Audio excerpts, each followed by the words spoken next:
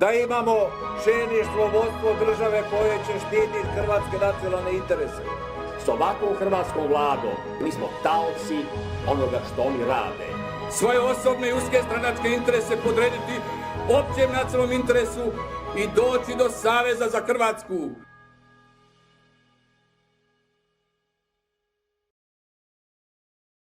Poštovane Hrvatice i Hrvati, dragi prijatelji, ova naša vlada već 2,5 godine čeka investicije, te investicije nikako da dođu i oni se čudom čude, ništa ne rade, u stvari izmišljaju nove poreze i normalno te investicije niti ne dolaze, jer kako bi neki ozbiljni investitor došao na tako nesigurno tlo, znači gdje ne zna kakvi ga porezi očekuju, koliki on profit može očekivati, kad imamo tako neučinkovitu državnu upravu kako imamo, primjerice u Sloveniji kad dižete nekakav dokument dočeka vas gotov papir jer oni imaju objedinjene sve baze podataka iz policije, matičnog ureda i svih državnih uprava i kad dođete dočeka vas ispunjen obrazac, samo potpišite da je to što piše točno. Za razliku od toga, kod nas kad dođete dizati neki dokument, onda vas obično šeću od ureda do ureda, pa digni ovu potvrdu, onu i tako dalje.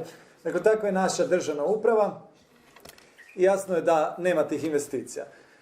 Ti porezi koje ova vlada radi u stvari jest nekakvi prikaz njihovog identiteta.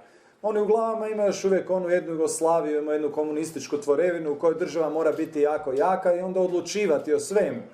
Oni su visokim porezima ubili poduzetnike, mala i srednja poduzeća i onda po dobrom starom običaju ovako dođu i kažu ti, znači izaberu iz sebi firme koje onda rade i koje rade sa državom i u stvari jedine uspješne firme danas u Hrvatskoj su one praktički jedine koje rade sa državom. Znači gdje opet vlada jedna podobnost.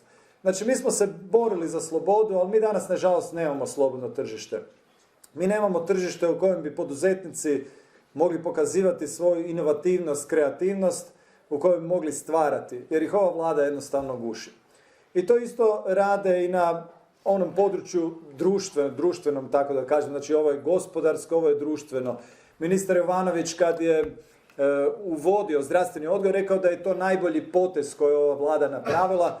Krenuo je sa jednim dobrim PR-om, znači sve novine su pisale kako naša djeca ne znaju prati ruke, ne znaju prati zube, kako su pretila. Dakle, dao je poruku roditelji zakazali ste. Ne znate odgajati svoju djecu, ali zato je to spasitelja ministra Jovanovića. On će odgojiti mojih 5 djece, on to sigurno bolje zna, on ima svoje stručnjake u iskoraku i kontri i oni će odgajati moju djecu. Ne može. To je pristup koji se provlači cijelo vrijeme. Bilo to u zdravstvenom odgoju, bilo u građanskom odgoju. U građanskom odgoju sad ako ste malo proučavali, uveli su ga, to jest predstavili prije 2 tjedna. Cijelo vrijeme se provlači taj pojam emancipirani građani, emancipirani hrvatski bi možda rekli oslobođeni. Onda se, ja pitam, od čega bi se mojih 5 djece u stvari trebalo osloboditi? Od sustava vrijednosti u kojem mi supruga i ja odgajamo. Da se odgajaju za kozmopolite, jer cijela srednja škola je isključivo posvećena europskom zakonodavstvu, međunarodnoj zajednici i tako dalje. Znači neću reći mi, nego one udruge koje smiju ući u škole. Jer kad je Gros treba ući u škole, onda je ministar rekao udruge nemaju što raditi u školama. Ali onda sad kad su došli GONG, BaBe, Forum za slobodu odgoja i tako dalje, udruge koje dobivaju preko 100 milijuna kuna iz državnog proračuna, te udruge mogu u škole i one mogu odgajati našu djecu. Tome se mi protivimo. Razumijete, dakle nama se oduzima temeljna sloboda da odgajamo svoju djecu onako kako mi želimo. I namjerno oni to rade. Pa nije to slučajno. Pogledajte koliko oni novaca na to troše. Pa taj građanski odgoj će koštati preko 50 milijuna kuna godišnje. Istovremeno smanjuju plaće nastavnicima, roditelje će naravno opteretiti, svi ćemo sad na jesen kupovati sve nove udžbenike, ukidat će one grupe iz matematike i fizike.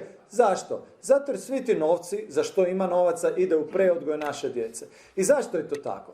Ja ću reći još jednu stvar. Hrvatska je danas u užasno teškoj situaciji s ovom vladom. Ali ću biti hrabar i reći ću da je hrvatski narod bio i u težim situacijama u povijesti. Ali što je izvlačilo hrvatski narod? Izvlačile su one vrijednosti koje su roditelji prenosili svojoj djeci. Ako vi svoju djecu odgajate da oni vole ljude kraj sebe, da imaju osjećaj solidarnosti, ako odgajate svoju djecu da budu vrijedni, da stvaraju, bez obzira što se oko njih događalo, da imaju posao, da nemaju posla, ali da se uvijek snalaze, da uvijek nešto rade, onda će ta djeca uvijek izvlačiti hrvatski narod. I to je ono na čemu mi moramo raditi, odnosno ono na čemu radi ova vlada da bi uništila upravo taj jedan prirodni tijek stvari. To je to. Mi se borimo za slobodu. Mi se borimo za demokraciju. Pa danas pogledajte vladu, sjetite se referenduma. Kad bi u demokratskom sustavu naši saborski zastupnici trebali predstavljati naš narod. Oni su rekli, recite vi na referendumu što god hoćete o braku, a onda ćemo mi u Saboru odlučiti je li to tako ili ne. Pa gdje je tu demokracija? Pa to je totalno suprotno od demokracije. Oni uništavaju demokraciju. Oni uništavaju ono za što su se naši branitelji borili 90. godina.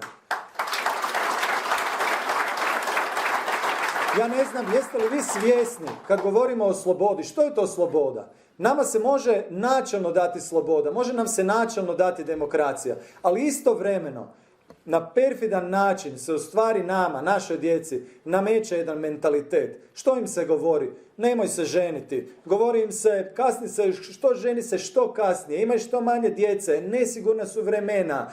Govori se, Kanada i Australija su krasne zemlje, idite tamo. Govori se, naše informatičke stručnjake trebaju u inozemstvu. To se govori. Iselite se. Dakle, cijelo vrijeme se radi, u stvari se radi o slobodi duše. Oni se bore za duše naših ljudi. I naše duše naših ljudi više nisu slobodne. I mi se zaista sad, u ovom trenutku, moramo boriti za tu slobodu. I tu trebamo Savez za Hrvatsku. Bez Saveza za Hrvatsku to neće ići. Zamislite državu, zamislite Hrvatsku u kojem će svi ljudi koji žele raditi, raditi. Zamislite Hrvatsku u kojem će ti ljudi moći živjeti od svojih plaća. Zamislite Hrvatsku u kojem ćemo imati medije, u kojem svim onim televizijskim serijama u kojoj su homoseksualci najsimpatičniji likovi. Umjesto tih homoseksualaca da imamo obitelji sa više djece koji će prikazivati kako je lijepo obiteljski život, kako je lijepo imati više djece. Jel možete zamisliti takvu Hrvatsku? A danas smo mi ovdje da prestanemo zamišljati. Danas smo ovdje da to realiziramo, da to provedemo u djelo. I godinama su govorili da nećemo uspjeti, da je to nemoguće. I kad smo kretali u referendum, govorili su da je nemoguće. Svi mediji su protiv vas, sva vlada je protiv vas, svi stručnjaci su protiv vas, cijelo civilno društvo je protiv vas, tako su govorili. I uspjeli smo, i može se, i mogu se donositi pozitivne društvene promjene. I zato smo danas ovdje, zato jer Savez za Hrvatsku to može iznijeti. Savez za Hrvatsku može donijeti te ključne promjene u hrvatskom društvu. I to moramo učiniti i možemo učiniti zajedno s vama. I zato potaknite sve da izađu na izbore. Potaknite sve da glasuju za listu broj 9. Na listi broj 9, kao što smo čuli, se zaista nalaze ljudi koji su u svojem dosadašnjem životu pokazali da imaju gospodara koji je veći od novca.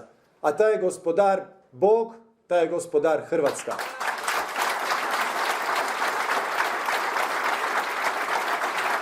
Još ću reći, nekoliko puta ste čuli da sve ovisi o nama i to je ključna istina. Ako ćete svi izaći van i kad dođete sa svojim prijateljem u društvo, ćete si misliti, da li da otvaram politička pitanja ili će on reći, pusti politiku, kako kažete vi Dalmatinci, neću politiku u moju butigu, ili tak se nekako kaže, ako sam dobro interpretirao. I ako ćete se držati skromno toga i nećete govoriti, ništa se neće promijeniti. Ali ako ćete početi govoriti svojim prijateljima, svojim kumovima, braći, sestrama, prijateljima s nogometa na kavi, bilo gdje se nađete, ako imate uvijek u džepu jedan letak Saveza za Hrvatsku i kažete, onda ćemo i samljeti i promijenit ćemo Hrvatsku totalno. Hvala lijepo.